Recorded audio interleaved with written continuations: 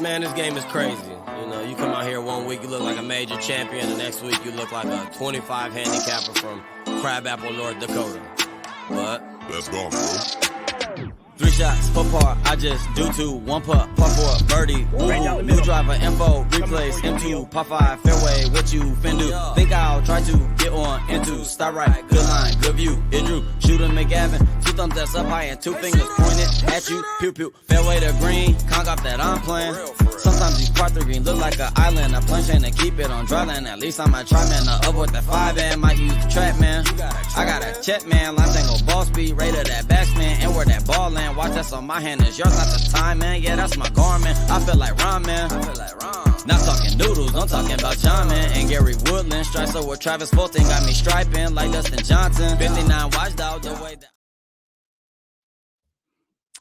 It's game time, baby. We are here, right? We are back. The boys are back from Corpus Christi Fins and Pins, episode 147. Nothing is OB South Texas Golf Podcast. I'm Andy Torres, and that is my boy Arnold, Bucky, Brucey, Chato, Chito. Let's go. Right there. Golf is golf. Read it for me. I'm having trouble reading it. What does your say under your name?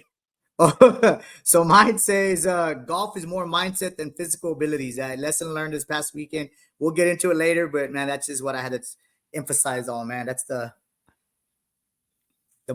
credo for today's show. I got a banger for y'all tonight. We got a golf journalist, Texas golf writer, Art Stricklin on from the Art of Golf. He's going to talk about this badass tournament. He just came back from an Iceland.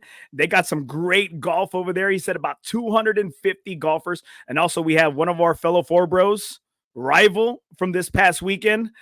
He put it on your boy. I ran into a buzzsaw, Camarillo. Issac Camarillo will be on the show later to kind of do a little recap, talk about this matchup that, man, dude, he was a stud this weekend.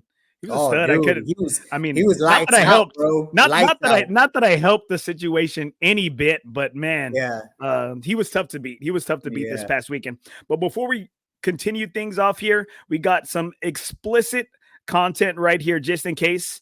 For those of y'all that are watching the show that might be a little bit under the age or that might be over the age. The views or opinions expressed by the host and guest may or may not be shared by the sponsor supporters. Listen at your own discretion. Yep. All right. We get a little bit. And really got some good comments going on here, Andy. So Jordan says we need to work on that Charles Barkley backswing, Brucey. We're going to stretch you out. So, I mean, that video does me no justice, man. But you know what? But that is your swing in a nutshell here. And just like I always compared it to, I said, man, I think the first time we met several years back, I said, dude, you got like that Tony Finau backswing, even though he's about 6'4", doing that same swing. And you're like me, 5 foot nothing, and five and some change doing that same swing. And he drives 275, 300 plus. I'm barely at the 150. Well, got some good stuff for us, for our guest and for our viewers tonight. Make sure, guys, you chime in, and Brucey's going to go ahead and bring up those comments tonight. We also like to thank our presenting sponsor, FOREBROS Tour. Nothing is OB South Texas Golf Podcast is presented by FOREBROS Tour. Never golf alone again. If you don't have a home, FOREBROS Tour has a home for you. We've got all different types of games at our outings. We have net, gross, king of the par threes, never golf alone again. And also, FOREBROS Tour does not take any admin fees or take any of your money. Every dollar you put in, you get a chance to win. That's FOREBROS Tour. Check us out on Facebook, on UG, at Unknown Golf. FOREBROS Tour, never golf alone again. Let's go. Thank you to our sponsors, FOREBROS Tour. It was tough this past weekend. Just doing a slight recap here until we bring Art Stricklin on the show. And I'm going to talk to Art about putting together a FOREBROS golf trip for us in regards to maybe Pinehurst, maybe there in Scotland where they're having the Open. Before we get stamps on my passport. Okay, so what countries have you been to besides the United States? Mexico. We went to Playa del Carmen 1 year. The Bahamas. Esther has Dominican. I didn't ask about Esther. I asked. No, I was saying I wanted Dominican, but I didn't get to go. But that's it. Just Bahamas and Mexico. That's all I got, really, man. Are you sure it's not Bahama Bucks that you got That's the what it pass? was, dude. I was wondering what it was. Well, I've only had Mexico, and I've seen Canada. Being in Detroit, being right there at Lake Michigan, I've seen it from afar, but Right. it was closed due to COVID. We were there right just as Detroit was opening weekend, and the ferries and the tunnel to Canada was closed off, and so that's about as close as I've come to Canada. I'm always looking to travel. I'm kind of scared though. I've always been scared of Europe. Just because you've seen the movie Hostel, you've seen all Right? these other. Tell me about it, bro. Hey, You know who to dude, trust? we're cute little guys, bro. Well, You know what I mean? Taken, So that movie Taken, right? But I mean, I'm not a chick, right? But hey, you don't know nowadays, right? But no, going back to Canada, when I was in the oil and gas, 2017, I was doing some work up in North Dakota. Dude, I was a mile away, Andy, from the Canadian border. All I had to do was make a left and drive up some, and I didn't do it, bro. I was too late to get, like, I was running behind to get to the job site, but I was like, dude, 1 mile away, dude, and I didn't do it. that doesn't sound like you, because you're early everywhere. Like if somebody tells you 7 o'clock, you're there like at 5:30. You're waiting in the parking lot. Anxiety, bro. Stories of anxiety. So all right. So just before we bring Art on, man, this is some Tough disappointment this past weekend, Dude, man. disappointment, bro. I Oh, mean, gosh. you and I partnered up. Hey, and I'll be honest, man. Like I told you this over the phone. I was trying to ride that back, bro, and I depended on you a lot, dude. But at the end of the day, bro, we're a team. There's no I in team. I wasn't holding my end of the bargain, bro, but my game was whack, bro, whack. And see it, and I think that's the thing too. I'm glad to hear you admit that. I know it was kind of hard to swallow. We were going through it was a roller coaster of emotions. One good thing would happen, and then two bad things would happen, right? And my game was just unimaginable. It was tough. I had to look the man in the mirror. Thank God the mirror was up here, so I really couldn't, I couldn't look at him, and it was tough. It was a hard pill to swallow. Issac Camarillo, I mean, he was playing tough, and so I had to step my game up. And in return, I played poorly. I mean, he was 5 strokes better than me. We were down 2 at one point. We came all the way back to tie it up, and we couldn't keep it, man. We couldn't keep it going. We got some good comments coming in. My Godson's out here supporting me out in Alex. What's going on, guys? Hope y'all are doing well. We got Mike Austin, man. Brucey, how was that dip cone? It was supposed to be dip cone. It sounds kind of fruity, man. Dip cum though, but I wasn't able to get that dip cone though. And then this one's good, dude. Mario put it on you, Andy. Did he really? I don't know, man. I don't know. Ask him. You rode with him. You rode with him. What did you think? What did he say? Who said me? I rode with him. Oh yeah, he said. Oh, so yes, I rode. I didn't get what you said, but yeah, I rode with him. And so on the way home, he said you were tough, man. But he said there was a couple of holes where he was just. I'm telling you, I was fighting my drive, dude. And you saw it. Like my game was not sharp, and I mean he's a good player. I wish I could have been better this weekend. You know what I mean? Like I still don't think. But you know what? That means hopefully he'll give me some pops next time. Right? That's what I told him. You see, and you know what, dude? Did you know, bro, that Mario would want Mario, right? Mario would never give me pops, bro, when I would play him. He'd be, come on, Arnold, take me. Like, let's go, bro. Like, I'm like, bro, you're like a 5. I'm a 30, bro. Because Freddie, you have a good game. I mean, for those of you that never play with Freddie, you're not a good partner. And I mean, you're not. You're right. You just and then you know what? I had somebody ask me the other day. They're like, "Has Freddie ever been on a team?" I said, "I don't think since Pop Warner." and that's since Madden 15, bro. in honor I took away my PlayStation, bro. In honor of NCAA 25 coming out, right? Hey, dude, Robert's coming in clutch though. Robert said free lessons for all that played in the pins and fins.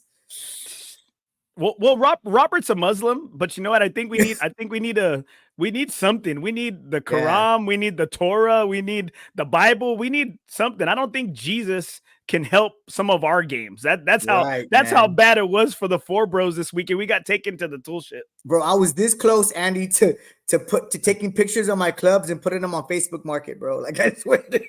But nobody would want those things. Those things are pretty old. So you know what? I'll give you $20 for them if you want. Hey, Hey, money helps out anywhere, right, bro? I had to make up for all my losses, bro. My wife was like, "What did you do?" I said, "I was about to go put a second mortgage on my home, bro."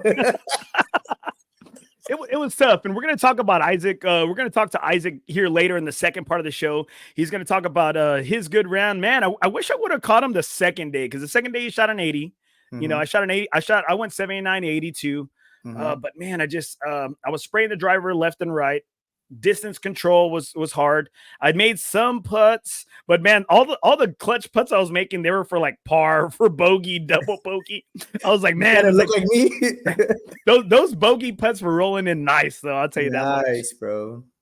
All right, so we have him out here. Let's go ahead and bring in our man, Art Stricklin, fresh coming. He's at the Women's U.S. Open right now. Wow. In preparation. All right, let's go. Women's amateur. Women's amateur. The women's am out there. And are you in Tulsa? Yeah, Tulsa, Southern Hills Country Club. Art, how you doing, brother? Man, our world traveler, going from Reykjavik, Iceland to Tulsa, Oklahoma, and a few stops in between. That's a journey. Well, shoot, man, tell us a little bit about your tournament. I know you, man, I don't know how you do it. I don't know how you put up with the travel, with everything, and still having to put some work in. And I mean, but your work is on the golf course, and here you go, doing this, right? Doing a little bit of this on the keypad. I tell you what, this is a great event, and you know, one of the most unique golf events anywhere. And I think that's what makes golf fun, like you were talking about.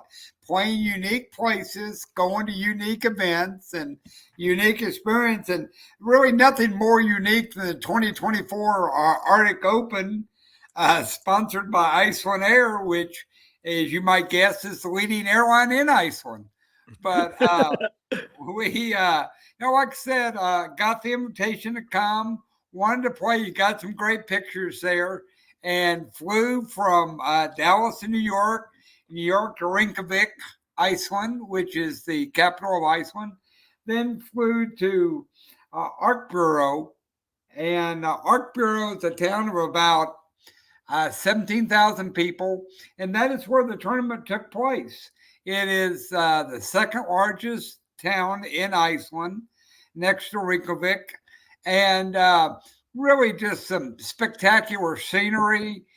This is the 25th annual Arctic Open, and it's called the Midnight Sun Open because in the summertime you've got about 30 minutes of darkness. Really hard to call it darkness, it's more like dusk, and so you tee off from 11 a.m. to 11 p.m. That's the tee times, and 250 people there, all teeing off from the first tee. And so last group gets finished about 3 or 3:30 in the morning. Perfect light, you know, like it is here at 7 or 8 o'clock, I guess. And you come in, have a little Icelandic lamb, which is big there, and have a little happy wedding cake. And of course, you've got to have a little libations at that time of the night. So, yeah, it's an incredibly unique event. You know, really glad I went. People there from Mexico, people there from Canada, from America, from Iceland, Europe, Scotland. You know, we had a group there from England, and I talked to these two groups from New York City, and two father and sons playing together. And they just said, we read about this a long time ago. We thought, how cool would it be to be playing in Iceland at the Midnight Sun, the Arctic Open? And, you know, we wanted to make this a bucket list. And that, I think, I mean, as we talked, that's what the art of golf is about. It's about bucket lists. And this was a bucket list for these guys. So incredible time. We teed off in the afternoon. I was playing with a couple guys from Scotland. One worked for the Reuters there, and I worked for the BBC. You see my group there. And really good. You know, weather was not bad. I really was thinking it might be colder than that, but it was probably maybe 40s in the morning, maybe 50, 52 in the afternoon. We had sun one day, as you can see there, and then we had some rain and, clouds another day, but this spectacular scenery. Golf course is really good. Jack Nicklaus actually has been to this golf course. Jack came in 1992 to do a clinic here after designing the golf course. So I can finally say that me and Jack Nicklaus have something in common. We have both played our rookie golf club in Iceland. And, I'm not sure what Jack shot, maybe a little bit better than me, but he didn't have any more fun because great tournament, unique, getting to meet people from all over the world. There's some people there from Arizona, Alice and Danny Scott, who I know. And, it's a great team. People were in their country uniforms. The Canadians were dressed all in the red and white maple leaf, had the cape. They had Europeans had their colors on. Europe 2024 was going on while we were there. So when we were not playing golf or eating or drinking the local product, so a lot of Europe 2024, as they would call it over there, football, as we would say here in the more enlightened America, we called that soccer. But great experience. Really glad I went. And I talked to the tournament director, and he said, we're looking to book people for next year. It's an easy flight. Like I said, New York direct to Reykjavik. You can also fly on Iceland Air from Raleigh, Durham. You can fly. How long did it take from where you took off? It took me about 3 hours to get to New York, and it took me about 6 hours from New York to Reykjavik.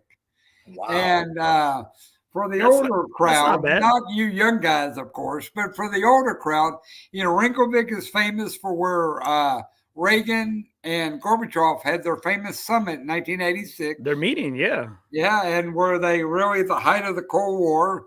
And there's a plaque up in the hut where they met is still there. And then back in 1972, the match of the century in in chess between Bobby Fischer and Boris Spassky took place there in 1972.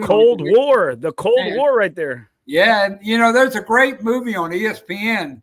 Do you ever can see it called Searching for Bobby Fischer? Yeah. It talks about how he won there and then how he remained in Iceland and lived most of his life in Iceland and is actually buried in Iceland. So very cool, spectacular scenery. We did whale watching one day. We did the thermal baths one day. And,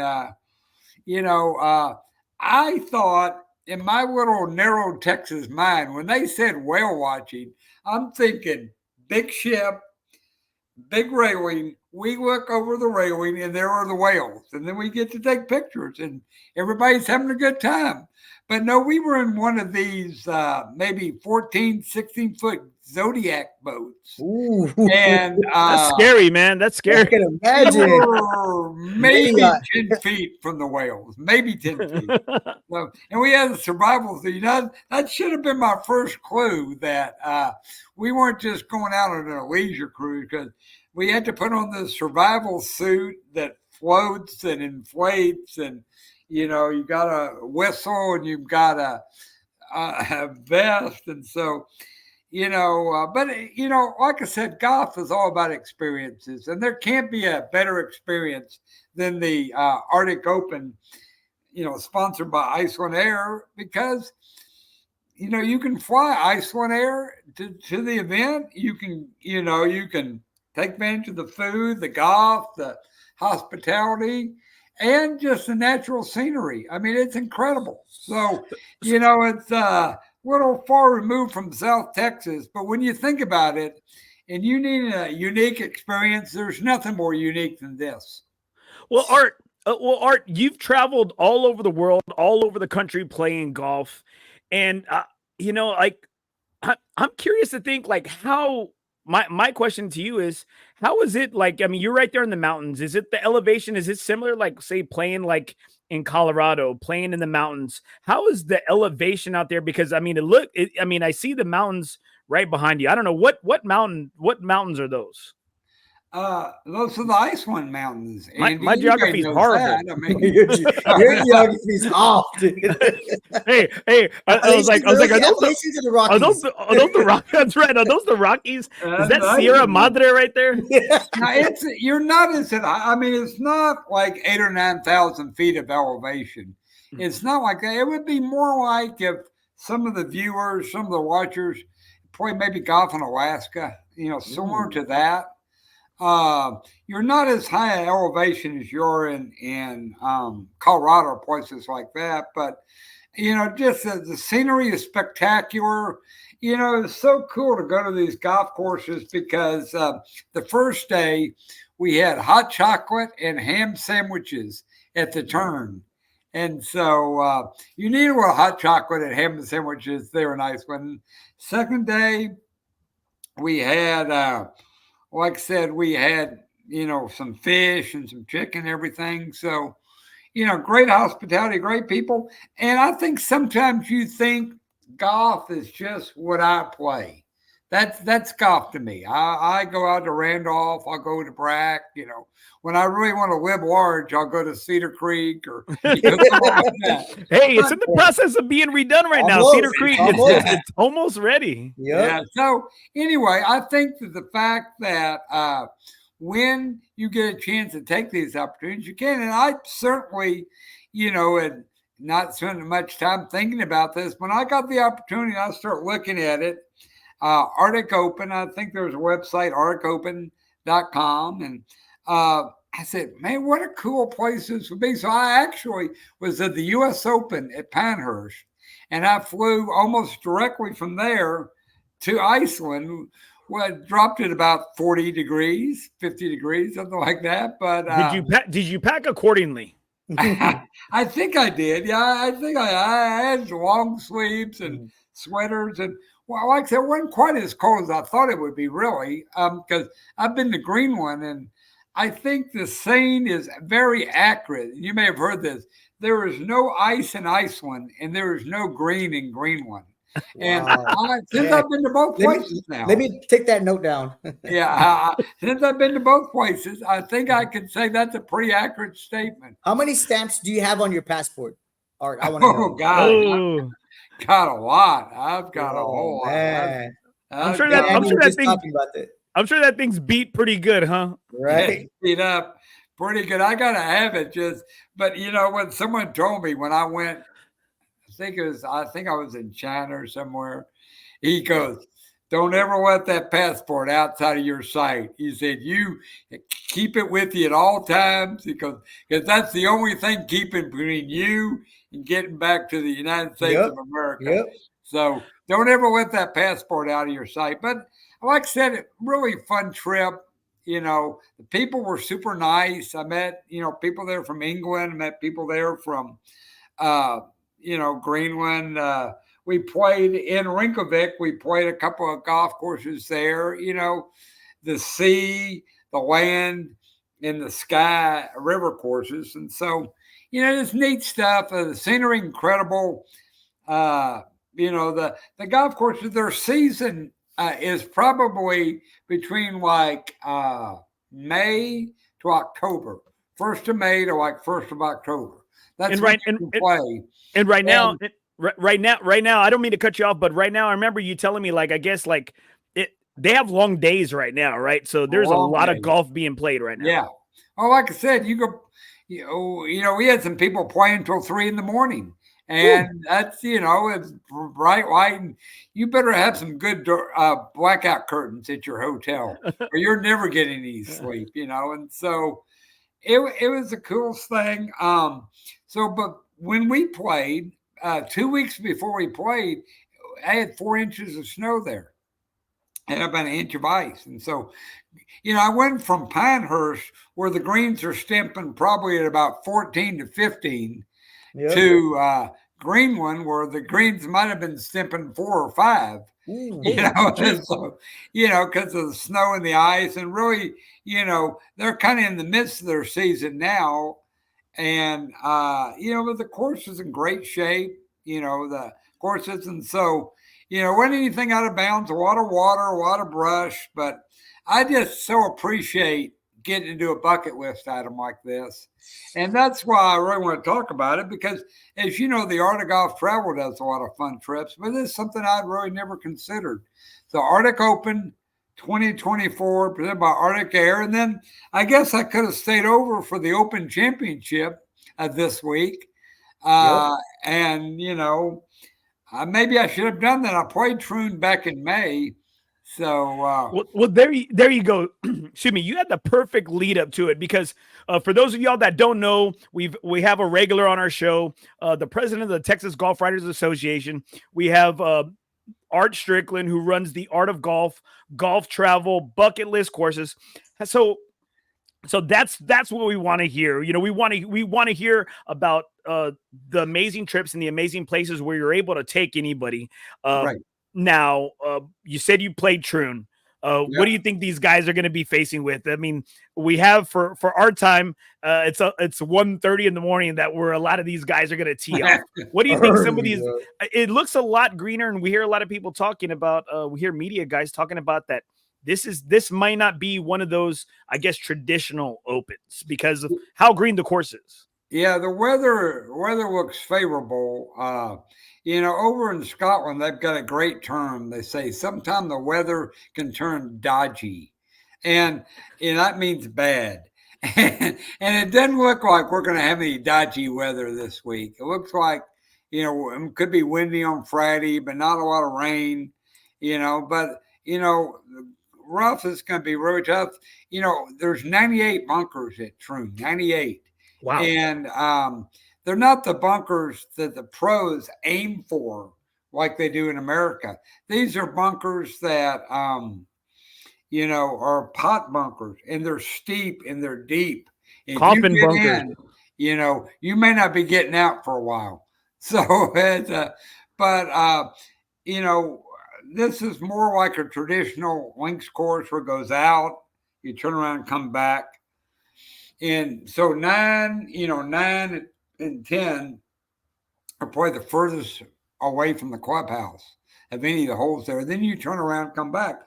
The prevailing wind is to go downwind on the front 9 and then go upwind on the back 9. So the back 9 has the toughest holes, the longest holes, and also you're going to be playing into the wind for the most part coming back. So, you know, if you see a guy go off 400 or 500 par maybe at the turn, don't think he's got it mastered, because the tough holes are coming.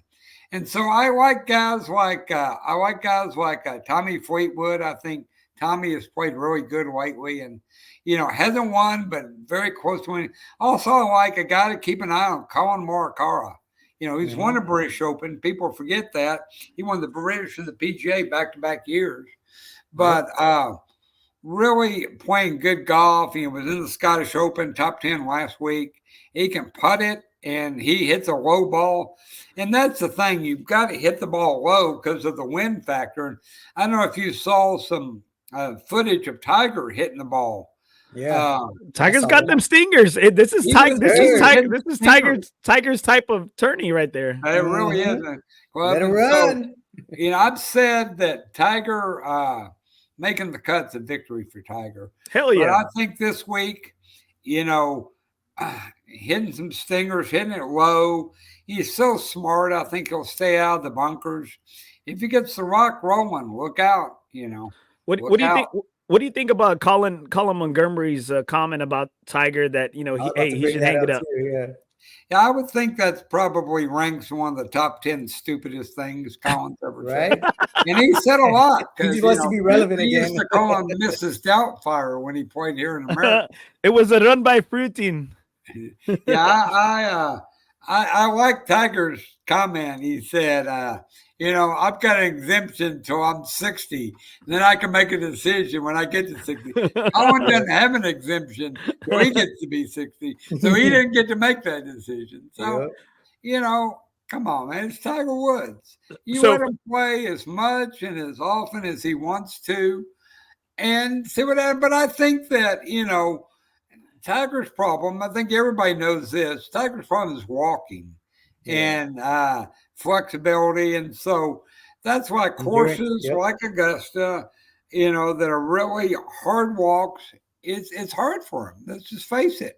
So I think that, Troon is pretty flat, very little elevation change. He's hitting stingers. The weather is not going to be super cold. He'll be able to warm up his back, which is another problem. But I think he can make the cut. I really do. Played some good golf at Pinehurst and kind of ran out of steam. So we'll see what happens. But I like a lot. I like a lot Tommy Fleetwood. I like a lot Colin Morikawa. A lot of people are picking Rory as a Hollywood ending.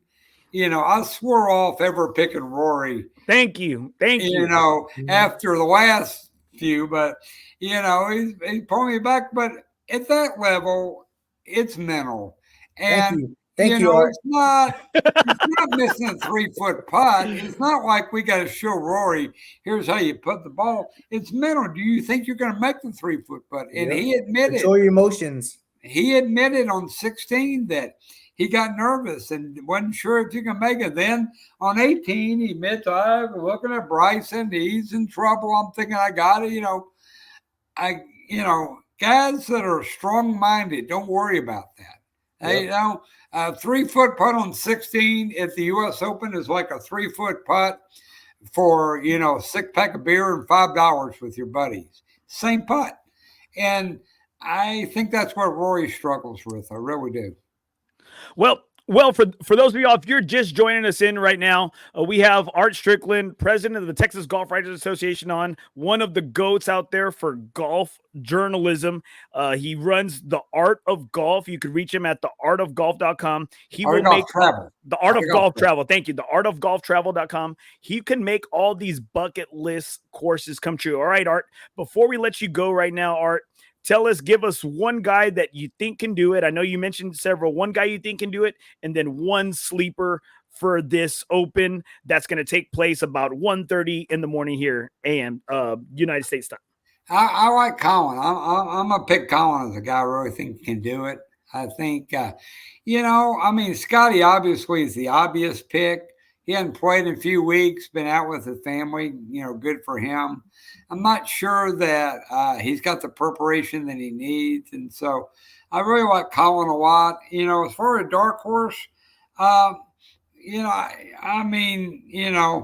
Tiger's not a dark horse because I don't think he'll contend on Sunday, but I do think he'll make the cut. But a dark horse that will be there on Sunday, I like Tommy Fleetwood. I think it's his time. I think he's playing at home, swinging free, played some really good golf, a lot of top 10s lately. So give me Tommy Fleetwood for my dark horse.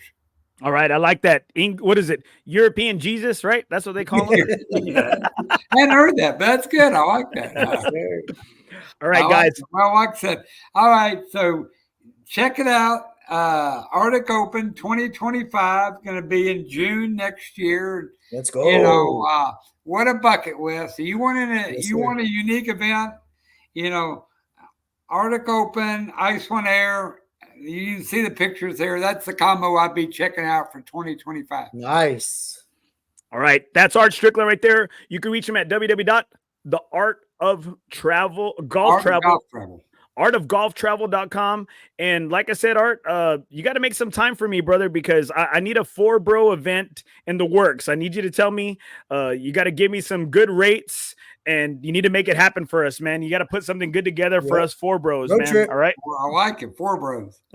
All right, guys. That's Art Stricklin. Art, thanks so much for being on the show tonight, brother. Hey, rock it out there, man, out there in Tulsa, Oklahoma, man. Sir. All right. At the U.S. Women's Amateur Open. Living on Tulsa time. All right, thanks, guys. Enjoyed it. All right, brother. Take care. All right, guys. So we're going to bring on one of our FOREBROS right here. And he was one of our rivals this past weekend. And man, like I called him Buzz. I called him Buzzsaw. I called him Issac Camarillo this past weekend. Well, at least for Saturday, all right? But before we get to him, a word from our sponsor, Metal Stacks. Brad Ishins with Metal Stacks, FOREBROS, board member and gold sponsor of the Nothing is Obese South Texas Golf Podcast. Special thanks to our gold sponsor and FOREBROS Tour board member, Brad Ishins with Metal Stacks. Metal Stacks is a precious metals collectors club and has the lowest pricing for gold and silver coins, rounds, bars online. They offer 3 different options. 1, you can purchase silver and gold at retail. 2, you can join the club and purchase precious metals at either wholesale or at cost. Or 3, you can join Brad's team, where you can earn free silver, unlimited retail commissions, and bonuses up to $16,000 per week. Woo! That's some good coin, literally. If I could trust Brad, you should too. All you got to do is text Nothing is OB to Brad at 210-274-5894 to learn more. Also, you can hit him up on his Facebook page at MSBrad. Also, please visit his website at msbrad.com. That is Brad Ishins, gold sponsor of Nothing is OB South Texas Golf Podcast. Thank you, Brad, for your sponsorship. There he is. All right, there he is. Issac Camarillo. What's up, my brother? What's up? Thanks for having me, guys. I appreciate it. How y'all doing? Hey, man. We could be doing a lot like you. Better. We could be doing better. We could be doing better. And a lot richer, but it wouldn't happen. Yeah, well, Brother, thanks so much for being on the show, man. And tell us, you went 74 and 80 out there this past weekend at the Fins and Pins FOREBROS Alice Sandbaggers event. What were your thoughts and what were your takeaways from this past weekend? oh man, going into a big tournament, everybody's gonna have a lot of jitters and stuff like that. And I went in just going and telling myself, hey man, this is just a regular skins game. You're gonna play with your boy Andy, even though he's been calling you out wanting that smoke the whole time. I wanted it. You gave it to me. Shit. You didn't want it. I did want it. I wanted it. I got it. Hey, you wanted it, but your game didn't. No, my game never wants it. Hey, but Isaac, Brucey tell him, was bro. pretty upset out there, man. He wanted it more than you did, that's for sure. Well, it's the want. The want. There's the will, and then there's the want. You know what I mean? The will and the want to win is important, but the will to prepare is even more important. Right. You know, because some of the things, the takeaways, you know, we like a lot of people ask Brucey, what do you do when you practice out there? He says, what do you say, Brucey, when you're out there practicing? Practice? What's practice? There you go. Right there. Like Allen Iverson. We're talking about practice. Yeah, Right, you gotta put in that work. You gotta put in that work. So take us through. Everyone knows you've been playing well, and I did. I wanted it, and but I'm gonna tell you, you know, you and Colton had a really good flow in regards to a partnership. Yeah. And I think that was one thing that really helped you because, I mean, you played solid, but I think sometimes he was able to pick you up when, and I think that's the thing in regards to the team. You have to, we call it brother-in-law. You have to brother-in-law. Yeah. And I think a lot of times in regards to Freddie and I, we both had a bad hole, and as opposed to maybe one partner having a good hole, bad hole. And I think we both picked. Our game wasn't complimenting each other. Right. Yeah, me and Colton, man, I met him down here about 2 or 3 years ago. He's actually from San Antonio.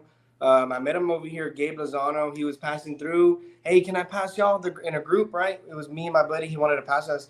I said, fuck that. Come play with us, bro. You're not going to slow us down. Let's just, make a big old group here. And after that, bro, we've been friends, been playing golf. And he's around, I would give him like a 16, 18 handicap. And we've been playing for a lot of years already. Our camaraderie, our freaking vibes are there. So we already knew we were going to go in with high vibes. It was just a matter of scoring, trying to keep that brother-in-law going for sure.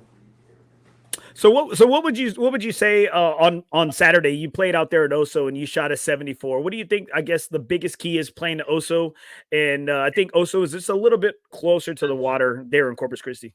Yeah, so we usually get wind out there, and fortunate for the FOREBROS, there wasn't a whole lot of wind the way we normally experience it. So it was a fairly decent day. I was able to shoot, honestly, what was my PR. My lowest there had been a 76. So if it wasn't for that double on the last hole, it could have been a 72. But 74, I'll take it. I think going out there also, you definitely just got to play, safe golf and then take your chances whenever it's there. And you'll be able to shoot low for sure, because on some holes when there's water left and you're thinking about it, well, you're going to go right to the water. Dang. Yep. I'm glad you called out Brucey just like that on I know, 13. bro. Thanks, Isaac, man. I was trying to get the water out of my mind. You're not safe around here. There's no FOREBROS safe around here, especially. No, there's not, bro. Shots fired. Hey, but real quick on that note, I just want to send a shout out to all the sandbaggers, all the boys out there coming out this weekend. You True know, sandbaggers. yeah, it was short Show's notice. over. And, Show's over, Isaac. And I Show's think over. Patty was out there saying, "Oh, you know, little boy, we got the A team coming next time." But you know what? Y'all went against the Sandbagger C team as well, so we got 8 players coming next time. Y'all had players that didn't even know that were part of Alice. Remember that, Jeremiah, Mario. Remember that. Isaac saying C team right there. Yeah, C team. Oh, no. Yeah, my boy, me and Mario, we held it down. Those are the original Sandbaggers right there, and Victor, and you know, we definitely came out and we represented. Uncle Leo picked a good team, so next time we're gonna pick a better team. Okay, so I'm glad you brought up Uncle Leo. Do you like riding with your uncle in the golf cart? I love riding with my uncle. What are you talking about? Come on, man. Nothing is OB right here, boy. Let's be honest. Let's be Man, honest. when me and Leo are vibing and playing great golf, nobody's gonna beat us, man. And when we are playing, you know, shit golf, it's because we're talking shit to each other and, you know, running each other up our necks. But it's all love. You know, he wishes the best for me and I wish the best for him. And at the end of the day, I started real like shooting 100 golf, and Leo was playing phenomenal golf. So I wanted to catch up to him. When I started playing some decent golf, it was like, oh, I almost beat Leo, or, you know, I'm right there with Leo. And now, you know, it's more so like I'm just focused on my own game. Fuck Leo. You know, I love him, but, you know, I need my own. I need to worry about my own game. And lately, you know, worrying about my own game has been taking me to, you know, another level of golf that I hadn't experienced before. But it's going good. I'm trying to ride that wave, man. Well, I think you played solid, man. I don't think on Saturdays around there at Oso Beach, there in Corpus Christi at the Fins and Pins event, I don't think you missed one fairway. I don't think you missed one fairway. Yeah, and along with that, not only, you know, I didn't miss a fairway, but it wasn't like I was hitting 200 yards either. I felt like I was smashing the ball, bro. Swinging easy, you know, just trying to get hit in the sweet spot, and that thing was just, you know, going as far as that I could see, and I can't see that far. Yep, bro. I think like what also was good, bro, was your putting. And I want like not to call out a certain hole, but there was that par 3 where you went into the sand trap. You couldn't get out of sand trap on your first. You got out on your second attempt, and you're up there for bogey. So like again, and like I mean, Art just talked about it, mindset. I'm not gonna lie, bro. Like I was like, dude, like his mind's got to be fucked up right now. Like this guy just shot 2 out of the bunker, and what'd you do? And it's like Andy told me on that par 3, Brucey, you gave up. I said that went in the water, Isaac. Yeah. I gave up. I shut down. I remember. And it's like, bro, dude, I was hitting 3. I could have hit 3 laid up and then major 4 just like you did. And I gave up. And that's just the difference between where your mindset's at. And that's like, something that I'm always battling, man. You know, if anybody's gonna beat me on the golf course, it's myself. It's gonna be my mind game. Everybody knows, you know, I'm hard on myself. I know what I got. I know the potential, but as long as I'm cooling it, and that whole day, man, when I made a mistake, you know, let's go see what's gonna happen over there. Let's go make a better shot. So I was able to kind of play a good mind game Saturday. Sunday was a little tougher. I didn't come out the gate the way I did on Saturday, but I battled as well, and I was able to kind of come through towards somewhere in the middle. And man, I went against Carlos Moreno, man. That's a true sandbagger right there. He's a tough player. He's a tough player. He's streaky, and I remember it seems like every time I talk to him, I'm just coming off of a birdie. I'm like, shit, man. You sound like Issac Camarillo over there, man. Well, man, he was putting the pressure on for sure early on, and I think first hole I went 1 up, and then it just kind of stayed like that for, you know, a couple holes. I got 2 up. And at one point I got 3 up. And so I was kind of like, okay, you know, maybe you start to kind of wind down a little bit. And that's where I fucked up. That's where, you know, I went back-to-back doubles. I think it was 11 and 12. And he ended up making a little comeback. I was 1 up. And I think somewhere along the lines there, he was about to go 1 up. And I was had like a 15-foot par putt. And I sunk it. That's all I needed to just keep the momentum going. And, you know, Dang. Hey, and speaking of Carlos, bro, I went to Lackland and I saw him there, dude, and we were talking about it. He was like, man, I went low on Saturday, and then Sunday just a bunch of our guys kind of like did that. I know I talked to Robert also. Robert was a big winner on Saturday. Beast out there, man. Dude. It's like staying strong on both days. And Brucey brings up a great point right there, and I think and you tell us, like, I think after the round, I mean, my game wasn't sharp, so I'm excluding, my lack of performance. But I think a lot Sunday had to do. We played Gabe Lozano, another course. I think course knowledge was huge that day. I think so. Huge. And I think it kind of showed. I'm not again, being a coach, being a teacher. You know what? Hey, it's having just a little bit more course knowledge was huge that day, Right. and I think it seems like. Especially in our match with Leo and Mario, they had a lot of like good misses, right? And I think it's not about your good shots; it's about your bad shots. Like, is your bad shot still? Can you get out from there? And I think that's what kind of bit the four bros that day a lot was, Placement. having that lack of course knowledge. Yeah. Yes, I think it's. I hear that. Yeah. So I mean. One thing I say to that is, it's never really an excuse when the sandbaggers go up to San Antonio and we don't know the courses. So but I don't think y'all won. So I don't know how many times y'all won. So you know what I mean. So course knowledge. There you go, course knowledge. Course knowledge goes a long way, man. You know what? Next time I go to Lackland, I'm gonna go shoot under par. Nah, I'm just kidding. I know. There you go. That course was another monster, bro. But the first time I played it, I played conservative and I shot 75 there, and I was really surprised with that score. Knowing the course looked very tough. And I just definitely wanted to play conservative, and my game has been falling to a place. So Lackland's a whole nother beast too, man. And Carlos Moreno was telling me that he shoots a 68 there. That's pretty crazy. Yeah. La Verga. Well, that's his course. Sandbagger. Yeah, there you go. Hey, he'll fit in. He said he's playing for Alice team next year. For Alice. He says I want to be represented with the Sandbaggers. Yeah, dude. Yeah. Well, when is the next one? When will we have the next one? So this Sunday for four bros, we are playing a 2-man modified alternate shot out at Buckhorn. That's awesome. And my partner is going to be Mr. Swagoo himself, Mike Osman. And dude, that dude was dealing. Dude, he was dealing swag head covers like it was cocaine out there. Bro, dude. I was like, is this a Trader's Village or what, bro? He had his own little pop-up stand and everything, dude. You know what? I got 3 head covers from him, and you know what? I'm not gonna lie. That's probably why I played the way I played. That swag. Hey, look good, feel good, play good. Exactly. Look good, feel good, play good. So what do you think in regards to being along with four bros and coming up and playing the matches?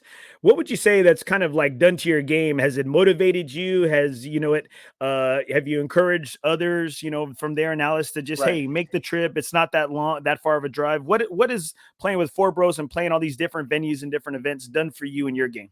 Yeah, it's definitely made me. I've always been very competitive, but going over there, there's just more people, right? So you got to compete against more people. You're playing courses that, compared to the Muni where I'm from here, it's just another ballpark. I'm telling all my guys, sign up, let's get it going. As far as, the rates y'all get are great. Everybody gets paid out, as long as you play your handicap, I think everybody gets paid out pretty good. And then the camaraderie of all the guys. The first time I ever went, I met everybody, and brotherhood sense. I see these guys every single time, and it's like, hey, what's up? How was your game? Good shit. Fuck it. Let's drink a beer. So it's all good. I'm glad that I was able to be on the FOREBROS side, be on the Sandbagger side, and seeing it from the middle, you seeing all the guys get together, and knowing both sides of the party. That was pretty cool. That was a lot of fun. Yeah. So go ahead, bring it up, Freddie. So like I said, and speaking into what you said, Isaac, Jeremiah, the golf father, of course, had a good little post right here, man, and he said, love to see people that come together. We came out meeting brothers for life, and that's exactly what we look for every time, man. It's like guys coming out here, meeting them, getting to know them, and then they know they got a group for life, bro. They know that they can come out with us anytime, and they could skip 2-3 months, but it's like if you've never missed, because we're always going to be there, man. And that's what I like about it, bro. Like, that's a perfect comment for whatever you were talking about. Never golf alone, man. That's my favorite slogan. Before I met my homies here, the Sandbaggers, I swear I was golfing alone. I was going out there, dropping a ball, hitting one, and let's make me play against myself. Let me hit another fucking ball. That's all I had. So, playing with the homies is awesome. So hey, man, let me ask you a question. So on the it's been like 3 or 4 days since we had the tournament. So in talking to some of your guys, man, what was some pros and cons? Again, besides the camaraderie, besides the competition, what else did your guys and y'all talk about that was, hey, man, like, we like what they do, but then we kind of don't like what they do because in Alice we do it differently. And I'll tell you, I'll just go after you on what I was taking from these vibes. But what did you get anything as far as pros and cons? I think the only thing I could think of for sure, a lot of us were confused on the pops, even though we got, a lot of instructions, just down to it. It was still confusing. A lot of us got it towards maybe the back nine. The front nine, it was like learning it. The back nine, it was kind of like we figured it out. That's about it. Everything else was great, man. I think the way y'all set up y'all's games is always good. You got to bring it in order to win some money. And unfortunately, we won our match Saturday, but we didn't take it low enough to win some money for, that team low ball. But yeah, at the end of the day, we still won our match. And I think it helped for the next day. I won my match there too. And we ended up winning by 2. So. Yeah, I know you freaking jerk, man. So right here, let me cut in real quick. And one thing that playing with the group is able to do, and you can thank me because I was the one that came up with the slogan to never golf alone again. All right, that was mine. Just I got to throw that in there right there. That's great, bro.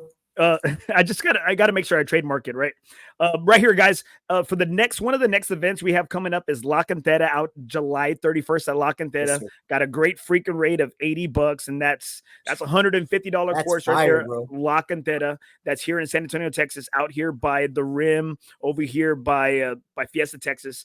FOREBROS is going to be giving away 2 free rounds to that event. To La Cantera. We're going to be doing a drawing. So all you got to do is sign up for that event, pay your fees to lock yourself in the game. And FOREBROS, courtesy of La Cantera, is going to be giving away 2 free rounds. So shit, I don't think you can beat that to potentially that. Hell yeah, that's a steal. $80, yep. 100. Go on Golf Now. Go on golfnow.com right now and find out how much it costs to play La Cantera. And Brucey and I know a couple of things behind the scenes in regards to La Cantera that they have coming up. That is just where they used to play the Valero Texas Open over there. And Maya made a nice post about a former past champion, 08 champion Zach Johnson out there. I know. I was like, man, I don't know who's worse, him or Andy picking his Ryder Cup, man. But okay, remember, I didn't pick the team. Maya picked the team. Pick the matchups. Okay, no, I didn't. I picked nothing. I wanted you. You know what? I picked you as my partner. Yeah, that's where the real mistake was. Yeah. And he called me out, and that was the second mistake. That was the second mistake. No, well, that was really the first one. That was the first one. That was the first one. But going back to what we were just talking about, that's exactly what some of the vibes that I was getting. Some of these guys didn't know too much about how the pops understand, and I was telling these people, I said, man, like in Alice, it's straight up. That's why I was telling him, like, when I go to Alice, I can't play skins with y'all, man. Like, I know. Yeah, that's why he only plays his cousins because he can't play anybody. See, I'm a true sandbagger down there, dude. But okay, Isaac. All right, so Isaac, tell me, did Brucey play bad? I thought he gave himself. He gave himself great positions off of every tee box. I've never played with Brucey. I've seen like his play from afar, and I might have heard of like other people talk about it or himself talk about it at the end of the round. That was my first experience playing with Brucey. And honestly, like, I did not get whatever other people saw. He was hitting fairways. He was hitting it on or around the green. Thank you. I think I saw the par 5. He was, eagle up. And then he puts it up inside like 4 or 5 feet. I was like, okay, he's bringing it today. Right. That's what I'm trying to say. Isaac, I like you, bro. That's what I'm trying to tell you. And you know what? You would have been surprised that he was had the high round of the day with the 94. Yeah, that's true. You can't tell that at all because he was up there par, almost every other hole. Hey, okay, I think let's be real because Andy always calls me. And hey, again, nothing is OB. Be real, dude. Be honest, dude. Hey, was my attitude bad or not, bro? Like, am I a bad? See, look, there he is. Look at him. Look at him. It can get bad. It can get bad, but I'm a victim of that too myself, man. Right. Day 2, I hit a ball where I thought it was out of play 2 or 3 times, and I'm there fucking cussing the storm, and god damn it, like I was in contention, I'm in first place, and I fucked it up, and so it's gonna happen to the best of us, bro. At the end of the day, I think keeping your composure is what's gonna definitely take a stroke or 2 off at the end of the day. If you wanna have a good round, it's just literally brush it, and now let's go make another hit on the ball. Yeah. Where would you like to see a 2-man event or something similar to Pins and Fins to be played here in San Antonio? What are 2 courses that you would really love to bring the Sandbaggers up to play something similar here in SA? You definitely as far as courses that I like, I want to say La Cantera and Gateway. But I also want to say we'll get our asses kicked at those courses, Damn, that's a little bit. That's a yin and yang right there, man. Yeah, that's a little bit of feast and famine right there. Yeah, I don't know, man. Gateway for sure will get our asses chewed, but at La Cantera, I think we got some good golfers. We'll ball out, I think. But definitely, I think Golf Club of Texas is a good course for everybody. It's it's friendly, it's wide open. You got to bring your game there too. I've never played at Buckhorn. I think I've heard a lot of good things about it. Everybody says it's an easy course, but damn, I have not gone open, low there. Andy. Like it's an open course basically. Like Oso Beach. Yeah. Oso Beach is not open. I thought it was tight. What? It's tight in spots. So it's tight in some spots. If you call that tight, then you must be. That's why I hit so many fairways, bro. Come to the Muni, bro. The fucking fairways are this big. Well, that's what I'm saying. So I think that's the thing in regards to Oso Beach. It has maybe at the beginning it's got like some bigger landing spots, and then as you get closer to the hole, it gets a lot tighter. Yeah. And then you have smaller greens, and I think greens. And I think you have smaller greens, and I think a lot of it could be deceiving, right? It could be a bit deceiving. Yeah. And so I would love for us to host an event. It looks like FOREBROS have just locked up our black versus gray Ryder Cup style match. We're going to be playing out at Riverside on Saturday, the newly renovated Riverside. And also we have our first event there on Saturday, August 3rd. Yeah. August 3rd, guys. It looks like because they're about to have carts here. And so we're going to be one of the first groups to be out there. And then also it looks like we're going to be Brack on Sunday. So we're going to play some 2 iconic courses, Riverside and Brack, for our black versus gray. That's awesome. I love Riverside, man. I've been waiting for it to open. I know it's been open, but I've been waiting for those carts, So I think you can walk, bro. You're a fit guy, bro. I can walk, but this heat is no joke lately, dude. I'm fucking there wiping my shin, wiping my arms, bro. I sweat like a pig, dude. So it's nasty. But when I saw my nephew out there on Monday, bro, he was sweating his ass off too. I felt bad for the kid, but he wanted to play. Yeah. All right, Ike. So tell us, as one of the big topics we had of the night, is golf etiquette. What do you think are some no-nos that maybe kind of get under your skin, that can get under your skin, that maybe somebody in your group that can maybe do? And what's one thing that you might be a little guilty of, that you kind of might break some of those unspoken rules? I think I'm pretty fair on the golf etiquette. I've always been, early on, I was real hard on myself with it. And now it's, like I said earlier, just kind of worry about my own game. If someone steps on my line, as long as they say, oh, my bad or sorry, like, it's all good, But if it's kind of like out of the known and they're just kind of like nonchalant it, that might pet peeve me a little bit.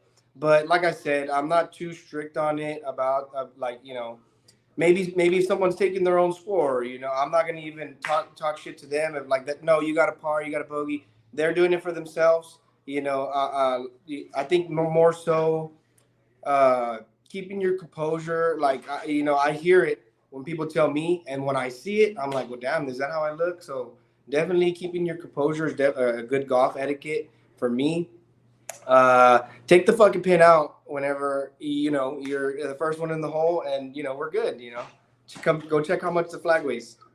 Let's not talk about flags, Isaac. Let's not talk about flags, because that's where that's where Andy started getting mad at me first time, was not picking up the flags, and I was supposed to be picking up flags. Because the thing is, and I think an SA golfers or SA golf area, whatever the new name of it is, I said it the other day, I said it's Ruben's golf page, whatever, right? Well, I think one of the things is that you have other people, you've had the privilege of having your uncle, and his friends kind of teach you and show you the way and show you the game, right? And show you how to do things. Well, you got the golfers nowadays that, like you said, you even said it yourself, you were golfing by yourself, and that a lot of times you're just kind of learning on your own, right? Well, when you learn on your own, You don't know, hey, pull the pin, get out of your shadow, out of somebody's line, this, that, or the other, or maybe or ask, hey, somebody, do you mind if I play music? Do you mind what we listen to, or things of that nature, right?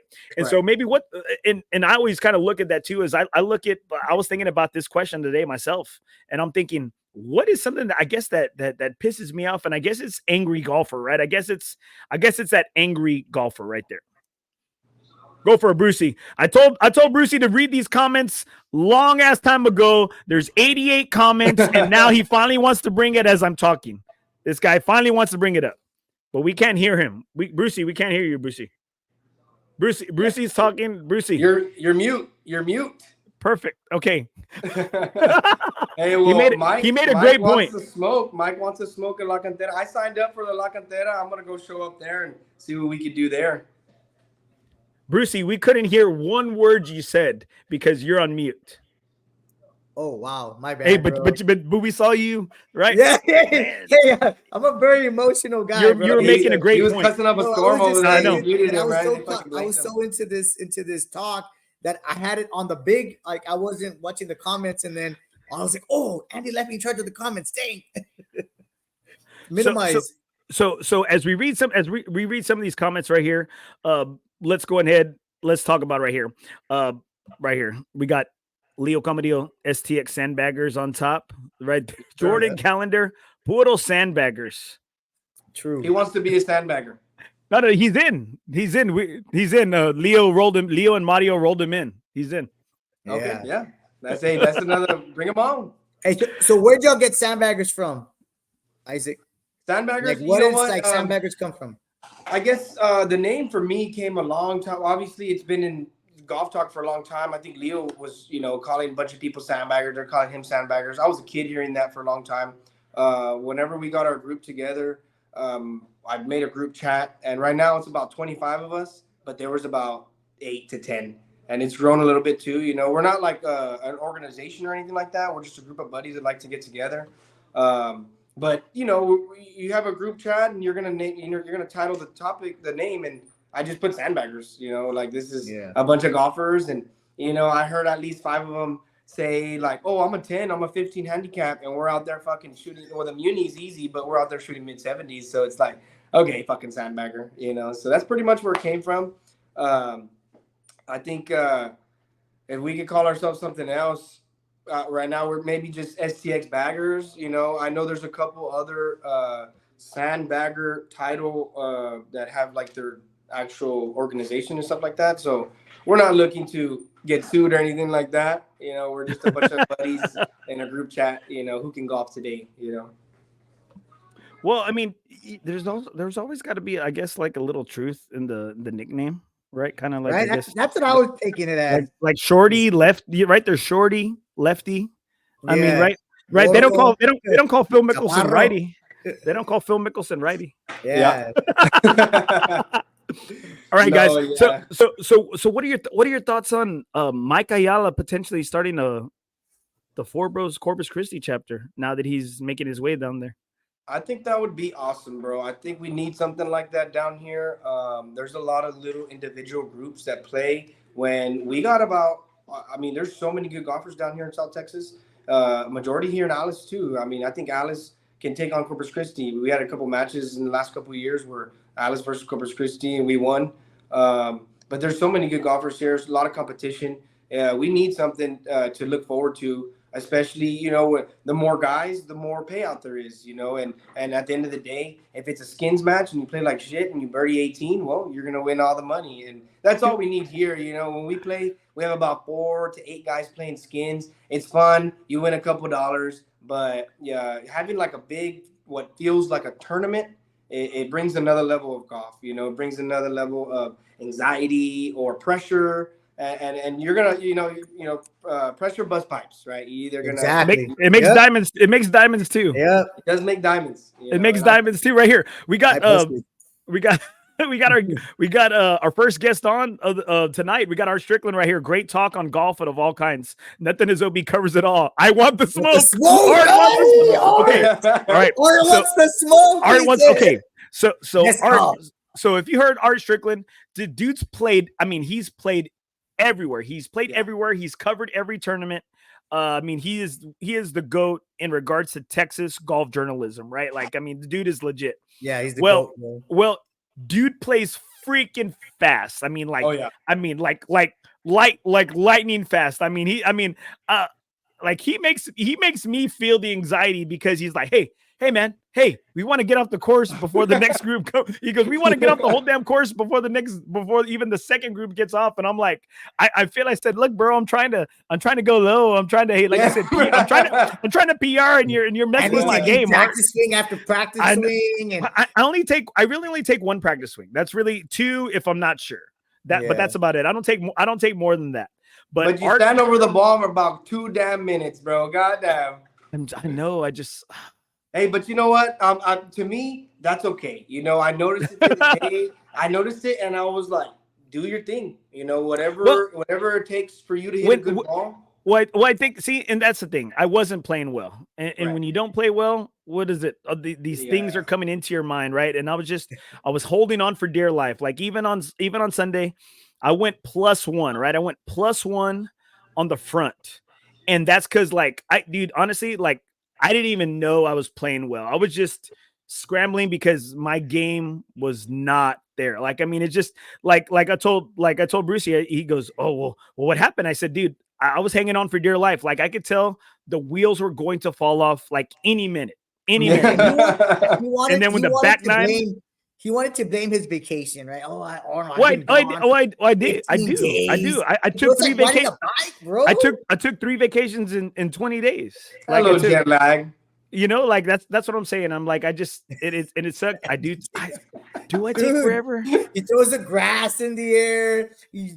Well, I'm sorry. I mean, hey man, Corpus, you try to shoot well whenever you go back home. Right, like when you go to the Muni, right, guys? What do y'all try to do? Y'all try to go as low as possible, right? Yeah, you know, that's our home course. We're gonna go low. It's a matter of going lower. Yeah, and that's the thing, right? So whenever I go back home, and I think that's kind of where I and that's 2 already. Oh, that's 2 comments, bro. Yeah. So I think that's right. It's one too many, right? Yeah, one too many, bro. Too many. They're coming out. They're coming out of the woodworks, bro. And that's okay. You know what? Because I can own up to it. Some people can own up to it, right, Brucey?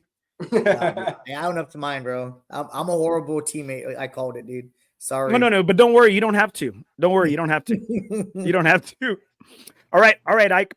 Before we let you go here, big tournament coming on. Last major of the professional golf season here. Mm-hmm.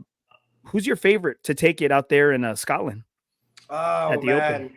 I definitely like Xander Schauffele. Max Homa is one of my favorite guys too.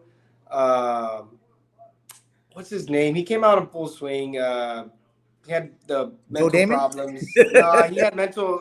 He was Clark, Wyndham Clark. Wyndham Clark. Yeah, I really like him, man. You know, watching him on that show, that's what really kind of stepped my game up too, because I really went out and started working on the mind game, you know, and my score started coming down.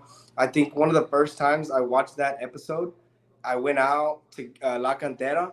Man, I mean, if you're not playing great that course, you can really eat it up.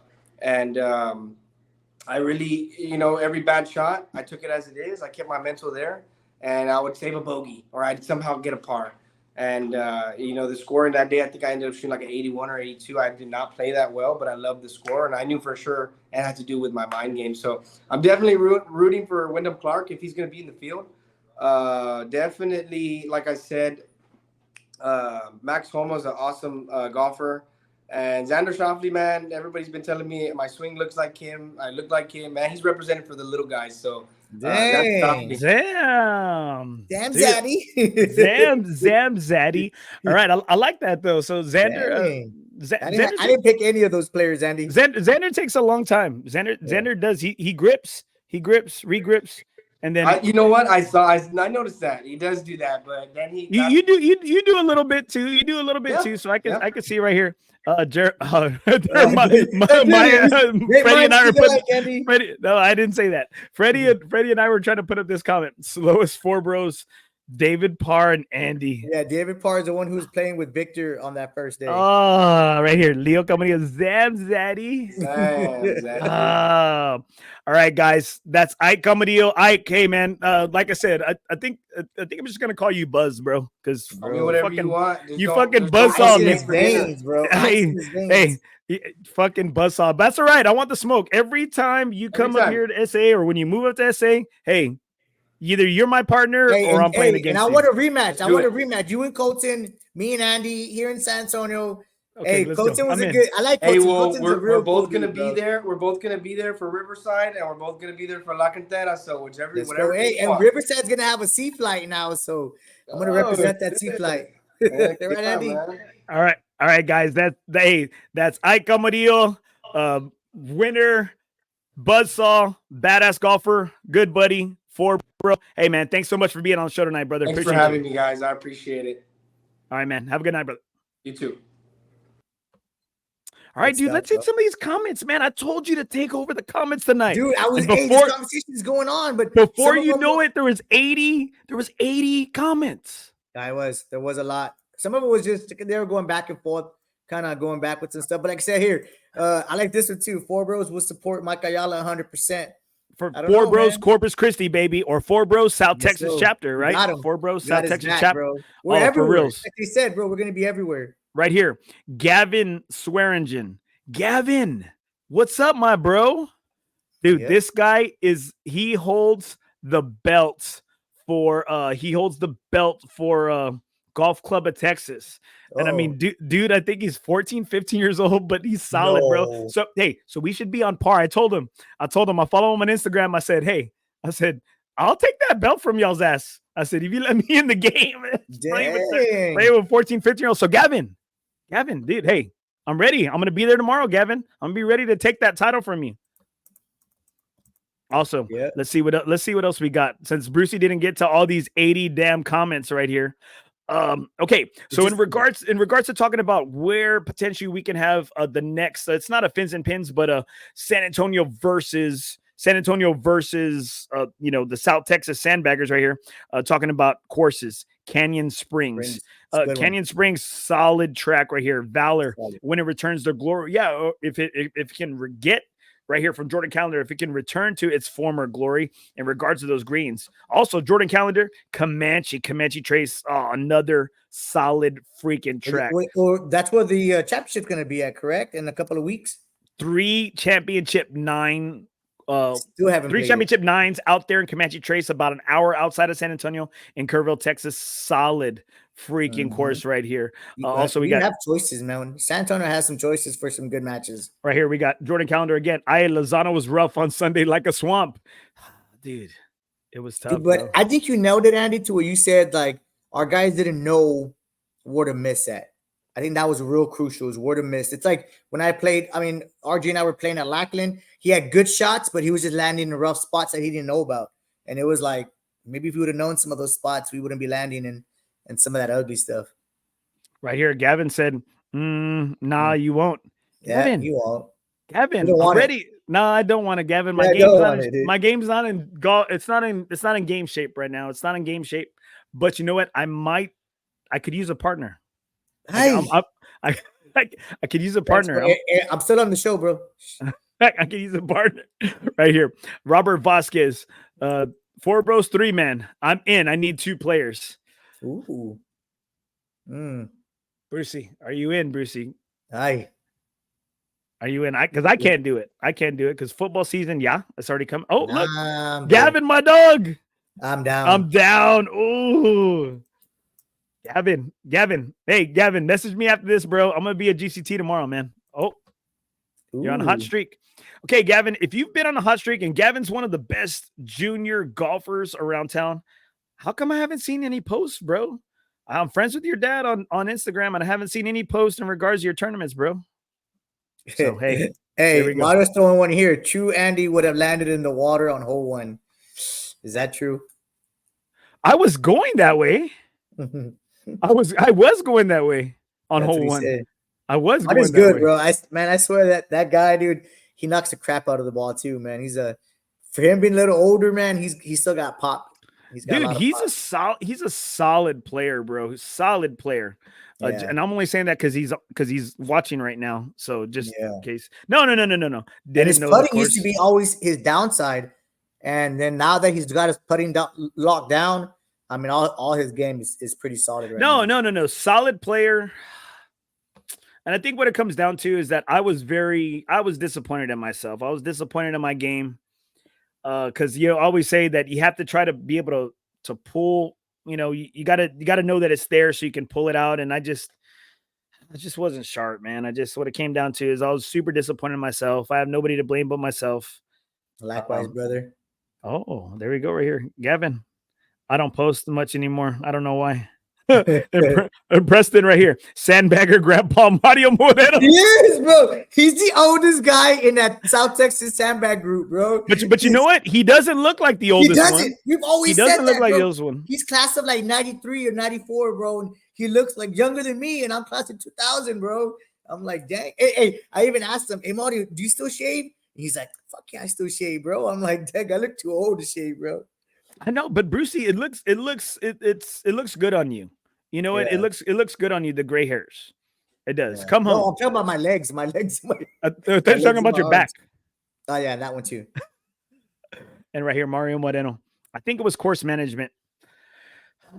Like I said, I think in regards to course management is where to miss, where you can spray one, and I think it was just horrible right there, man. It was horrible.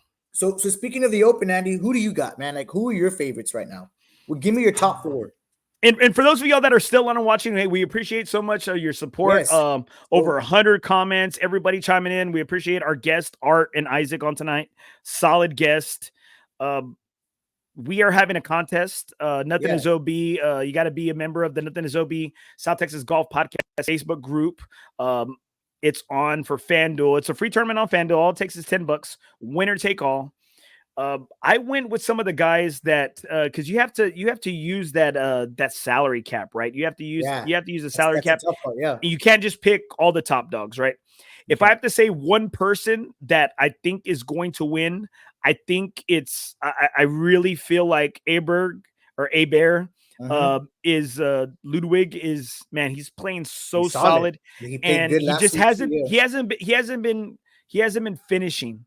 Yeah. I think it's coming around. He's made 16 out of 16 cuts so far this PGA season. And I think seeing that, right, if you see right at the bottom, Freddie, on FanDuel, it tells you how many times, right? Dude, that's what I'm looking for, bro. I swear, dude. That's why. So who's your sleeper? Give me your sleeper. So my sleeper, and I thought about this right here. My sleeper has got to be just like our man, Art Stricklin.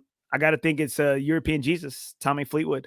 Ooh. I think Tommy Fleetwood is everybody says that his game is there. I mean, he's English, so he knows those courses.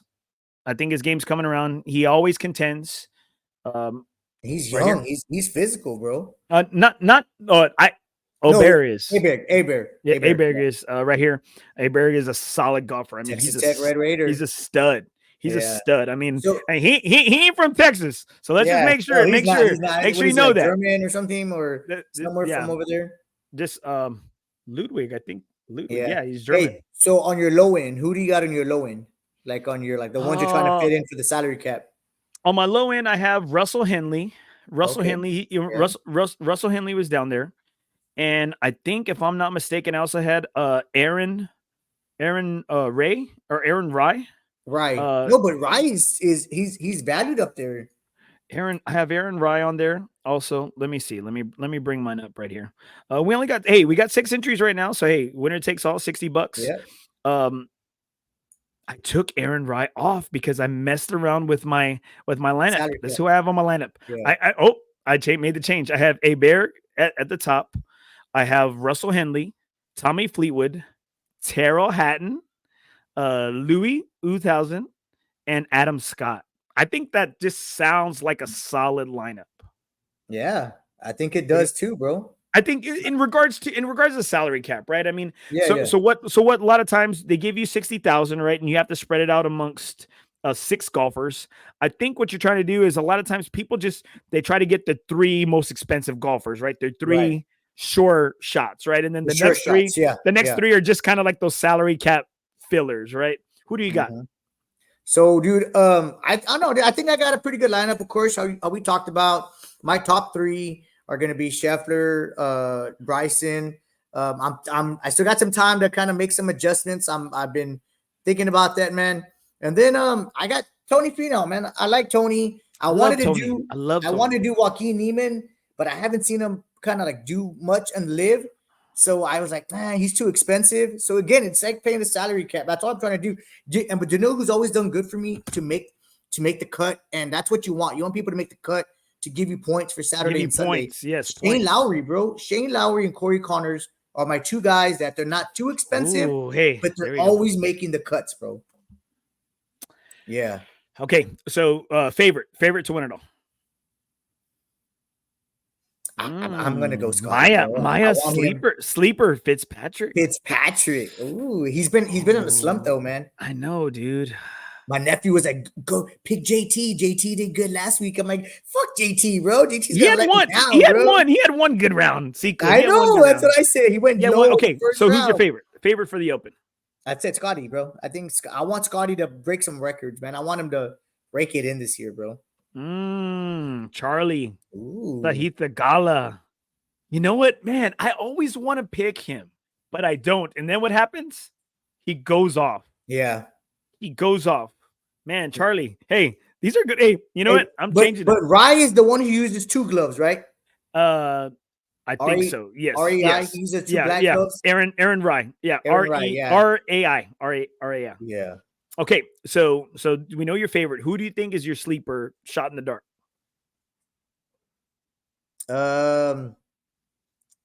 What's his name? Cameron Young. I don't know. Cameron Young. Cameron. No, Cameron, just because he wears the MOB because he's sponsored by the MOB. Adam, right? he wears with the joggers. All right, Brucey. Golf etiquette as we close out the show right here. Let's close it out, bro. As we close out the show, thank you to everybody who's chimed in. What's your biggest pet peeve that you do, that you catch yourself doing? Because I have a lot of your pet peeves that I catch you doing. And I'll be real, dude. I'm 100% real, bro. Man, if you were anywhere around where I was at this past weekend, I think you would have called me out on it, dude.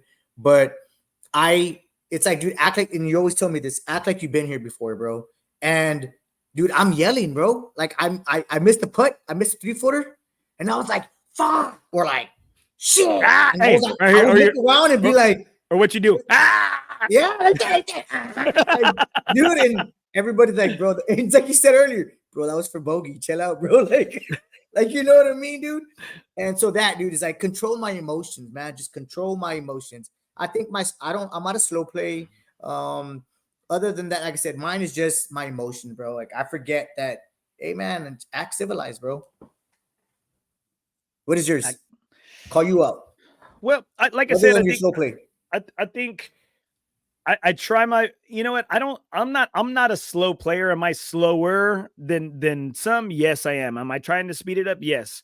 But do I get those negative thoughts, especially when your game's not going? I'll play slower. Definitely I'll play slower. I'll own up to that. I think in regards to golf etiquette is that sometimes I blast the music and I don't even know. Maybe because I'm getting old and I can't hear shit. Sometimes I'll just play the music and I won't even ask when it is a courtesy just to ask your playing partners, right? Just to ask. And then, but man, I just don't like that angry golfer. I just don't like that angry golfer. Cause even when I get upset, I still, I might've got upset that whole, move on. I'm not a club breaker. I don't mind it when Osman breaks clubs because I'll be there right behind him to pick up those ashes and trade it in. Yes, reshaft them, trade it in. Hey, so what's your take on what's going on right now at San Pedro? I've been seeing a lot of comments, dude, with like, I was just there yesterday. My nephew and I, we didn't play. We were just chipping. Dude, I saw 2 groups come off on number 9 that were like 6. One was a 6-some, one was an 8-some, bro. An 8-some, 4 dudes versus 4 dudes. And I'm like, really, bro? Like 4 dudes versus 4 dudes at a par 3? Like, y'all got nothing else better to do? Like, and didn't even look like it's like if they were real golfers, dude. So I don't know, man. What's your take on all that? I think what that comes down to is we need help from the courses, Right. And I think a lot of times it's easy to kind of just sit back and let everybody chatter because Yeah. they feel like, okay, they're getting it off their chest and it won't be an issue no more. I think what it comes down to is that there needs to be, golf patrol out there. There has to be, especially now with the lack of educated golfers. I think there needs to be a golf patrol. I remember my only time working outside of the podcast, working in the golf industry, I was a marshal out at Northcliffe. And I was trained by Jack Mitchell and this other gentleman. And my first day I was doing a ride around, right? We were going around the course. He was kind of showing me the ropes. He was already a marshal. And a lot of these guys are marshals because they're retired guys. They live right there around the course.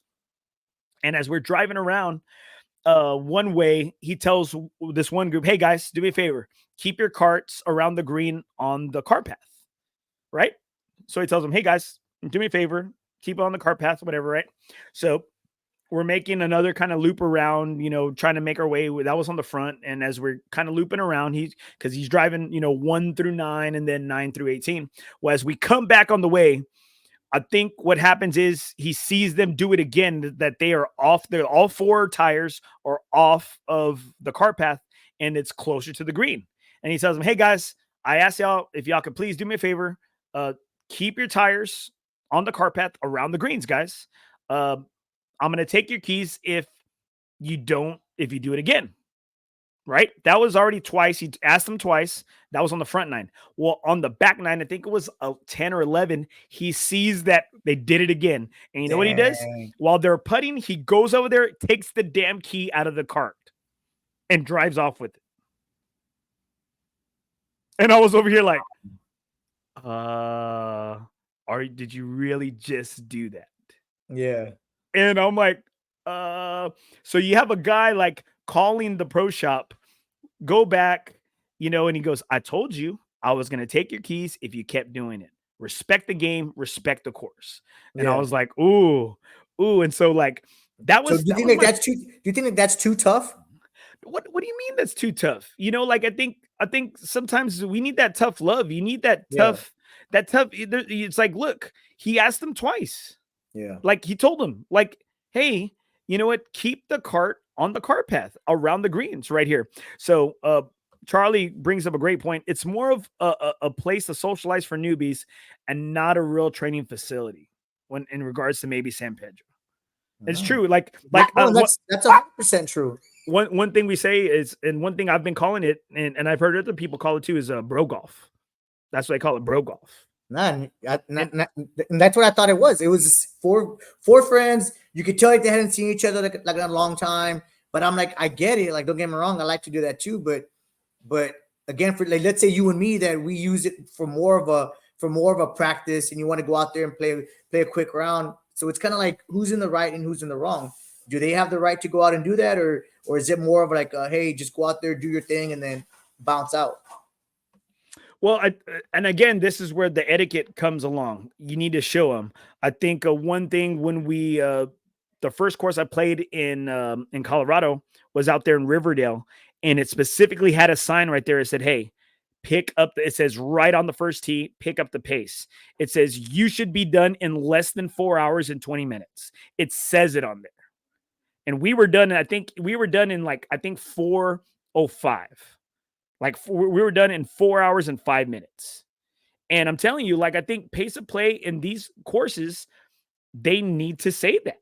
They need to say that. But it's like a lot of times people are afraid to be on that TikTok, whatever. People are afraid to be on the other side of that camera, those Kevins, those Karens.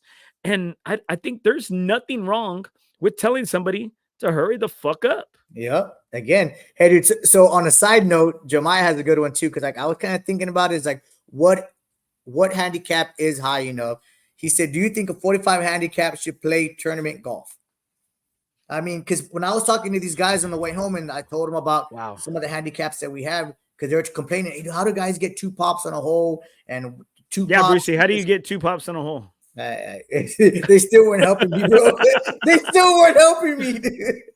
But it's good. I mean, what is a number that is a cutoff number? At what point do you tell people, hey, man, I like that you want to come out here. We're all about that.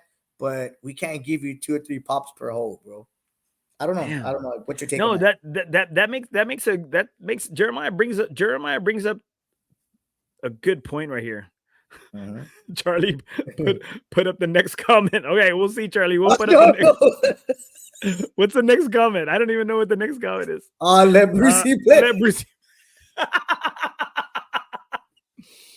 Maya's not talking about me, bro. I think that's where a lot of times you have to play devil's advocate, right? You got to play devil's advocate, and it's we always talk about this, and I think it makes it tough sometimes that you have to make the decisions in regards for the best interest of the group. Don't put that one up yet. Take that one off for now. Don't bring it up yet, please.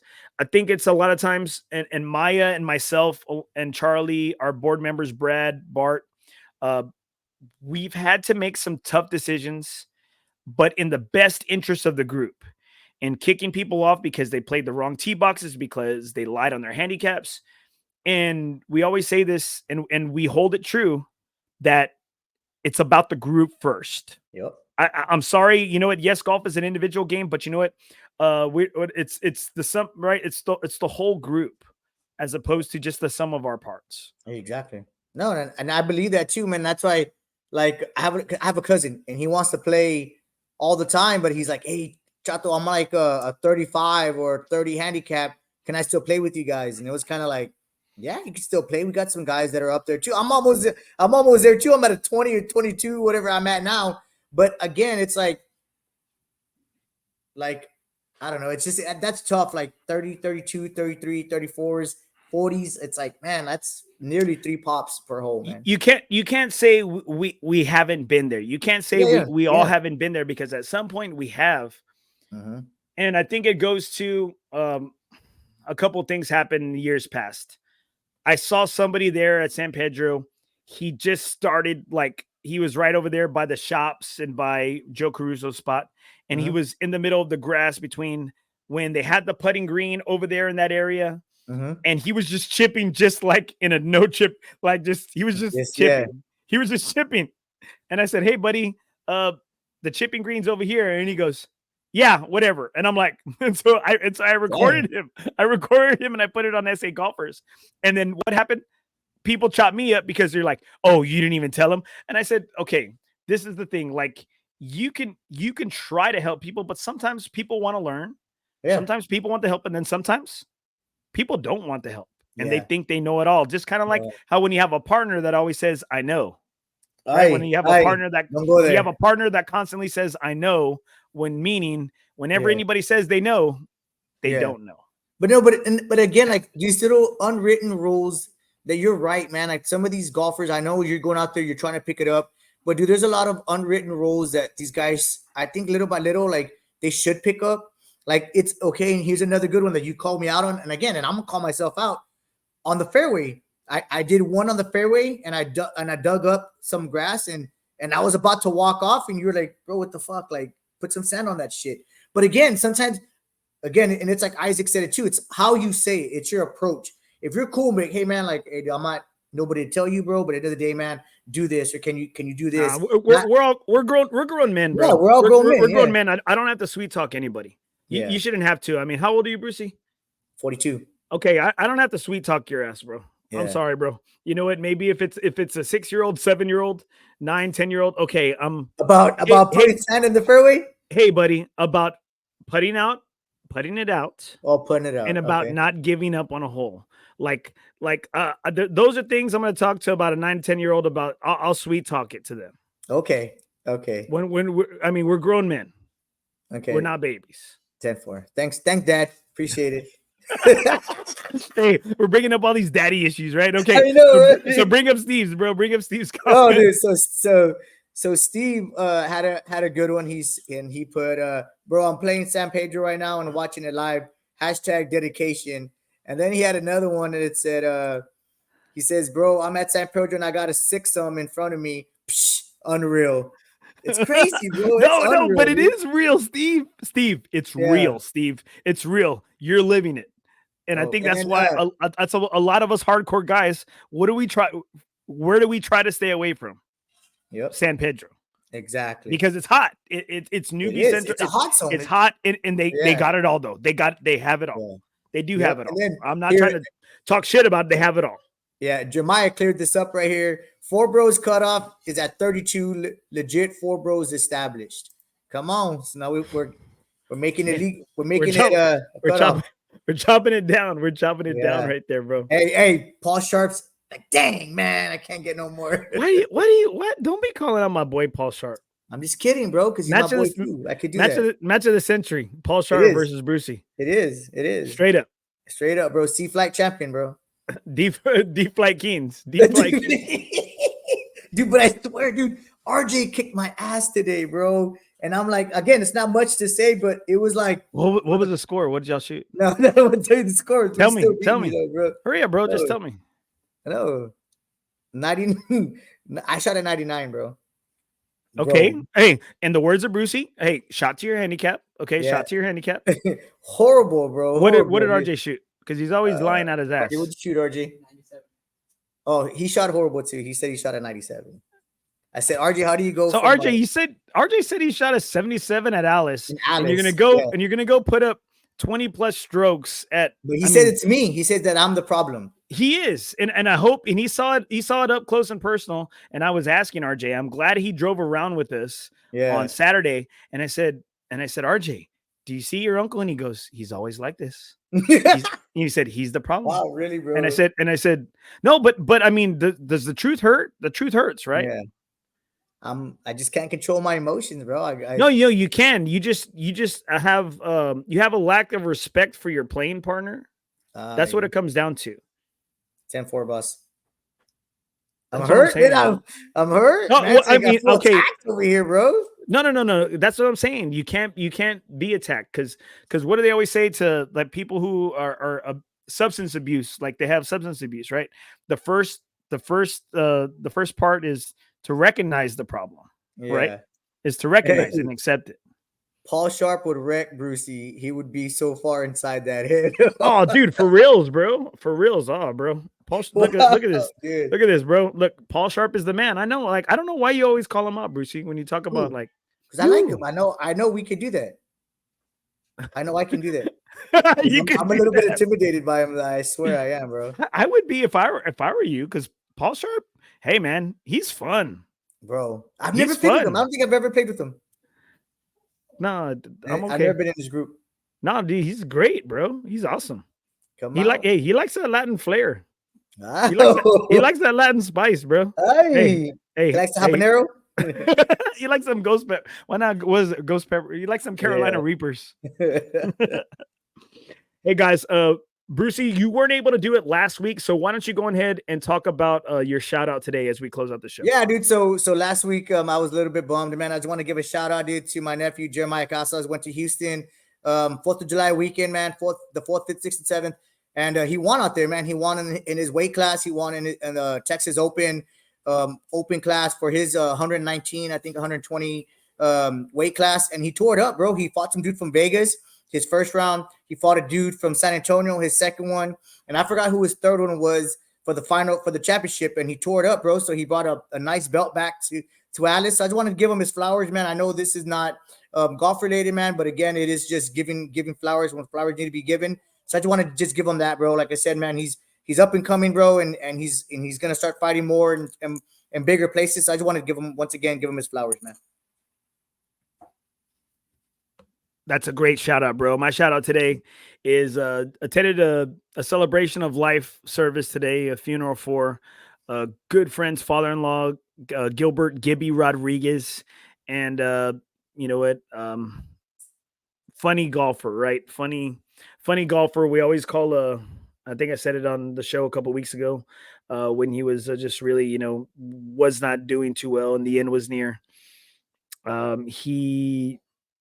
The first time I played with him, we played at Dominion. And did I tell the story last time, Brucey? Yes, I did. Yeah. I told the story. Oh, I don't think I, I did. think you But I'm gonna kinda tell it mentioned again. yeah, All right. tell it again. So the first time I played with him, me, him, and my buddy Jason, we were all wearing red shirts and black shorts. We were playing at the Dominion Country Club. We looked like three dudes that work at AutoZone, 3 Tiger Woods, 3 guys that work at Target, right? Like, I mean, we were freaking matching. Wiper I'm like fluid. this. Yeah. It's like, hey, can I change your windshield wipers for you? Yeah, dude. Can I check your battery? Shit, right. And so we're playing at Dominion, right? And this is the first time I meet him. It's the first time I meet Jake's father. Well, I had met him before. This is the first time I'd really interacted with Jake's father-in-law. And we come to hole 15 or 16 on the back there at the Dominion. And I proceed to hit a freaking house off the tee box. I hit a house left, and boom, it hits like the Spanish, like little tiles thing, whatever, right? Like the real nice ones. Boom, it hits it bad, right? And all of a sudden I see the back door open, and we're driving off, and Gibby's driving with Jake, and I'm with Jason, with Jake's brother-in-law. Mm-hmm. And I tell Gibby, I said, Gibby, keep driving. Well, what does he do? He slows down and he freaking stops. The guy's yelling at him. Gibby turns around and he goes, "It was him." And I'm like this, and I'm over here, this motherfucker. I said, God dang it. So that was my first experience with Gibby Rodriguez. And we always had a great time playing. The next thing I noticed about him is that whenever it was like gimme distance, he would just pick up. He wouldn't ask anybody. He just picked it up. He's like, "Put me down for a 5." And I'm like this. What? And so from that point on, we started calling him Gibbies. Like, hey, is it a Gibby? Is it Gibby? Yeah, put me down. Yeah. Hey, you're Gibby distance. Inside the leather? Inside Gibby distance. And so it was a great celebration. He was a civil servant for over close to 40 years. He worked in the court system, and his judge spoke today, and the judge he worked for and his good friend that he grew up with. And so if nobody knew who Gibby Rodriguez was, it was great today. He was a good man, good golfer, loved his friends, loved his family. And he was a badass out of Burbank High School, baby. Dang, he was badass. Burbank, bro. He was a badass, dude. He was a badass. And it was great to celebrate his life today. Awesome, bro. That's awesome, man. Hey guys, thanks so much, guys. Make sure, guys, you continue to support our sponsors, FOREBROS Golf Tour. Never golf alone again. We take 0 fees. Also, make sure you check out our boy Brad Ishins with Metal Stacks. He'll help you pay off some of them green fees and help you secure some of that financial help right there. Last comment of the night: Brucey versus Paul Sharp net match. Ooh. Brucey, are you in? At Riverside, Sea Flight champion. There you go. Here we go. Last comment. Jeremiah Sierra, this is why we do this, because we're going to bury each other and remember the good times. Exactly, bro. Hell yes, baby. That's what it's all about. Remember, guys, in the game of life, nothing is OB. Let's go.